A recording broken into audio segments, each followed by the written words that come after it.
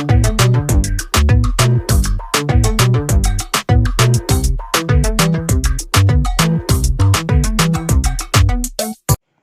Morning बच्चों। आजकल हम क्लास 12th फिजिक्स का चैप्टर 14 पढ़ रहे हैं और इसी में आज का जो हमारा बहुत इम्पोर्टेंट टॉपिक है एनपीएन ट्रांजिस्टर। तो देखिए कैसे बनता है ये।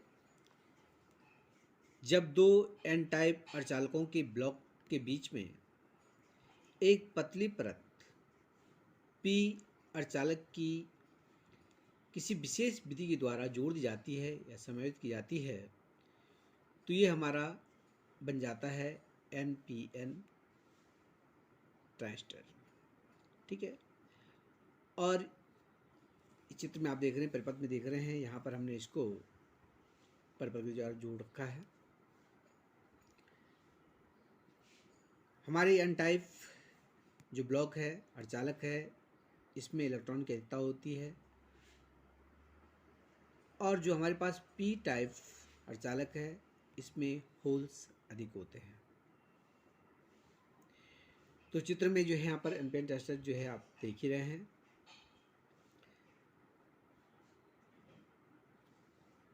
चलनशील होल आपके पास जो है पी टाइप में होते हैं और चलनशील जो इलेक्ट्रॉन होते हैं वो एन टाइप में होते हैं।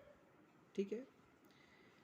अब देखिए बाईं ओर जो हमारे पास उत्सर्जक और आधार जो हमारे पास संधि है, इसको जो हमने बैटरी वी से जो है जोड़ रखा है और यहाँ पर ये क्या बन रहा है, अग्रवाइज बन रहा है। कैसे बन रहा है, क्योंकि हमने पी को जो बैटरी के धन सिरे से जोड़ रखा है और एन को हमने किससे जोड़ दिया है, ऋण सिरे से जोड़ दिया है। तो ये हमारा क्या बन जाता है, अग्र अवनति अग्रवाइज बन जाता है। ठीक है। अब देखिए दाएं तरफ चलते हैं।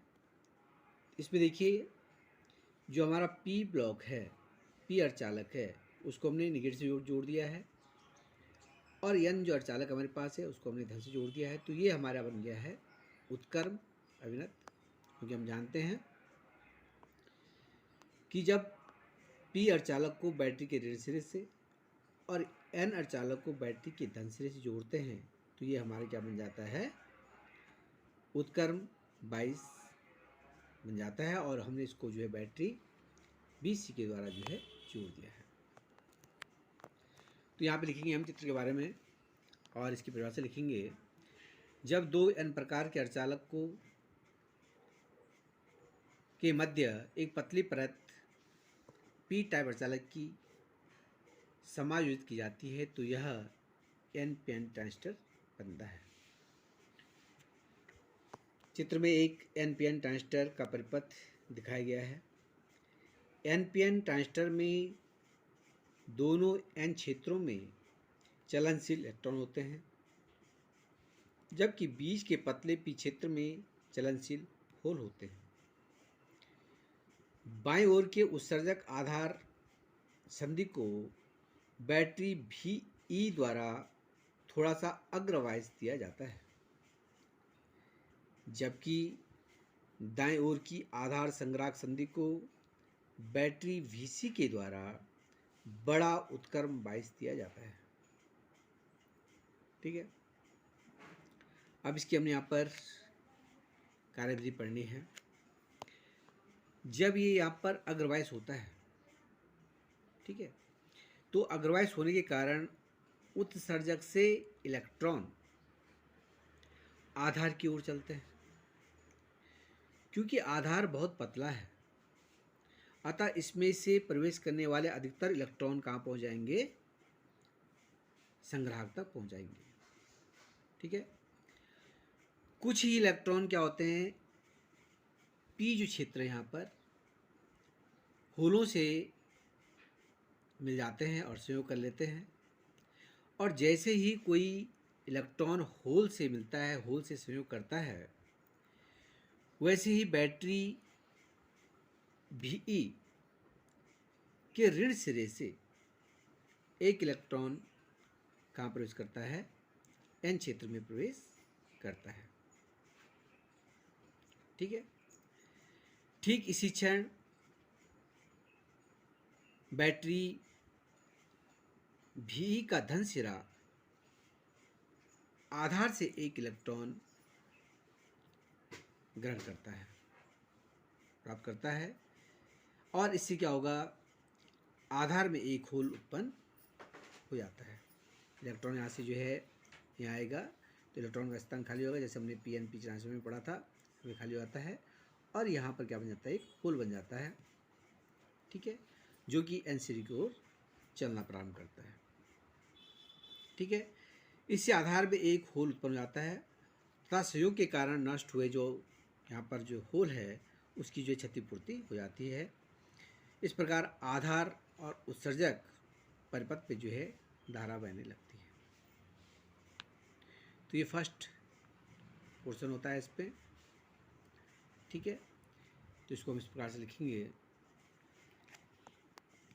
अग्रवाइस होने के कारण उत्सर्जक से इलेक्ट्रॉन आधार की ओर चलते हैं।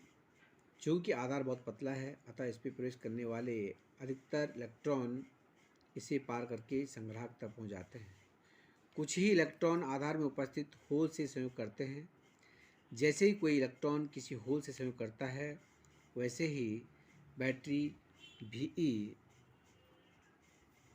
के ऋण सिरे से एक इलेक्ट्रॉन टर्मिनल E के द्वारा उत्सर्जक में प्रवेश करता है। ठीक इसी क्षण बैटरी VE का धन सिरा आधार से एक इलेक्ट्रॉन प्राप्त करता है। इससे आधार में एक होल उत्पन्न हो जाता है तथा संयोग के कारण नष्ट हुए होल की क्षतिपूर्ति हो जाती है। इस प्रकार आधार उत्सर्जक परिपथ में धारा बहती है। आगे देखिए, जो इलेक्ट्रॉन संग्राहक में प्रवेश करते हैं वह उत्क्रम वांछित इलेक्ट्रॉनों के चलने में जो है सहायता करते हैं और टर्मिनल C तक पहुंच जाते हैं। जैसे ही कोई इलेक्ट्रॉन C पर पहुंचता है, बैटरी VC के धन सिरे में प्रवेश करता है। यहाँ से चलता हुआ कहाँ पहुँचेगा, बैटरी VC के धन सिरे पर पहुँचता है।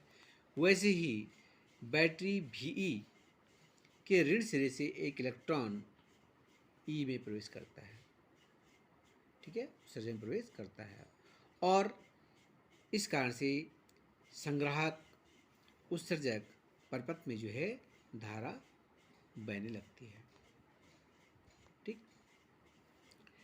NPN ट्रांजिस्टर के भीतर तथा बाहर परिपथ में इलेक्ट्रॉन जो होते हैं वे आवेशवाहक होते हैं। अंदर भी जो है इलेक्ट्रॉन आवेशवाहक होते हैं और बाहर भी इलेक्ट्रॉन आवेशवाहक होते हैं, ठीक है। आधार के टर्मिनल B में प्रवेश करने वाली जो क्षीण धारा उसे हम कहते हैं IV, यानी कि आधार धारा उसको कहते हैं।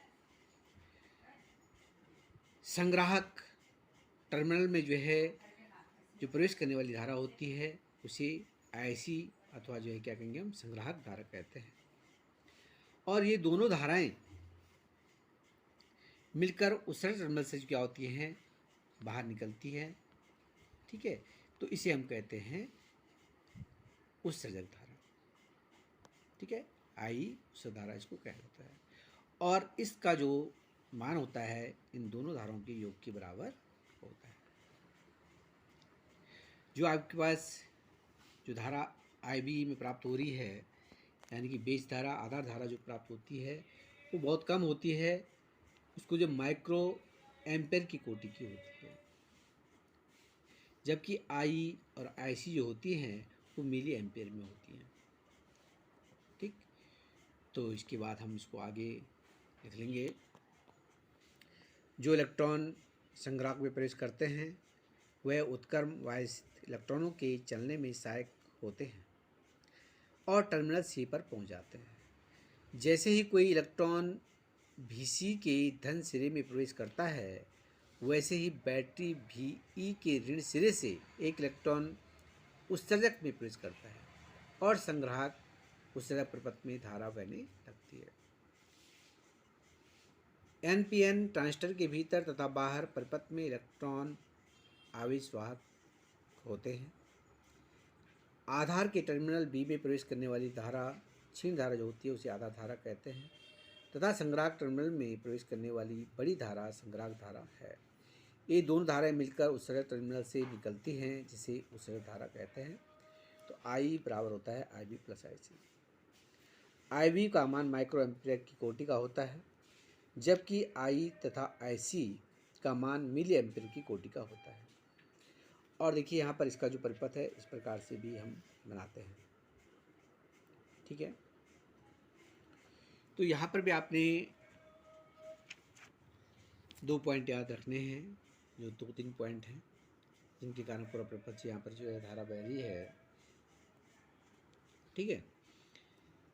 जैसे यहाँ पर जो है इलेक्ट्रॉन और होल संयोग करते हैं, उसी क्षण यहाँ से एक इलेक्ट्रॉन निकल के कहाँ पहुँचेगा, यहाँ पहुँचता है।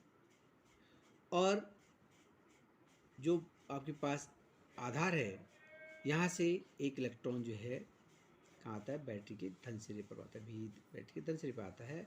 और यहाँ पर एक होल बच जाता है जो धनात्मक कार्य करता है, और ये होल जो है संग्राहक को चलने लगता है। तो यहाँ पर आपने ये पॉइंट याद रखना है कि जैसे ही यहाँ पर संधि पर इलेक्ट्रॉन और होल आपस में संयोग करते हैं, बैटरी भी के ऋण सिरे से एक इलेक्ट्रॉन कहाँ पहुँच जाएगा, N क्षेत्र में पहुँच जाएगा। और उसी क्षण यहाँ से एक इलेक्ट्रॉन कहाँ पहुँच जाएगा, बैटरी के धन सिरे से, और यहाँ पर क्या बन जाएगा, होल बन जाएगा जो आगे इंटरप्रेस करेगा, और यहाँ पर जो धारा प्रवाहित होने लग जाएगी, ठीक है। सेम इसी प्रकार यहाँ पे देखिए, यहाँ से जैसे इलेक्ट्रॉन जो कहाँ पहुँचेगा, यहाँ से सी से होता हुआ कहाँ पहुँचेगा, बैटरी के धन सिरे पहुँचता है। ठीक उसी क्षण जो है यहाँ से एक इलेक्ट्रॉन निकल करके बैटरी जो आपके पास उत्सर्जक है उसमें प्रवेश करता है, और इस प्रकार से यहाँ पर एक धारा बहने लगती है, ठीक है, जिसे हम क्या कहते हैं, संग्राहक धारा कहते हैं। समझिए बात को। और ये दोनों धाराएं आपस में मिलकर के फिर जो है टर्मिनल ए से बाहर निकलती हैं, जिसे हम उत्सर्जक धारा कहते हैं। तो ये पॉइंट आपने याद रखने कि किस प्रकार से यहाँ पर जो है इलेक्ट्रॉन चल रहे हैं, कहाँ से किस समय इलेक्ट्रॉन जो ठीक एक ही समय में होता है ये सारे काम, और किस समय जो है इलेक्ट्रॉन निकलता है, किस चीज़ से होता है, और कहाँ पर जो है इलेक्ट्रॉन आपस में संयोग कर रहे हैं। ईच पॉइंट जो आपने यहाँ पे रखना है, ओके।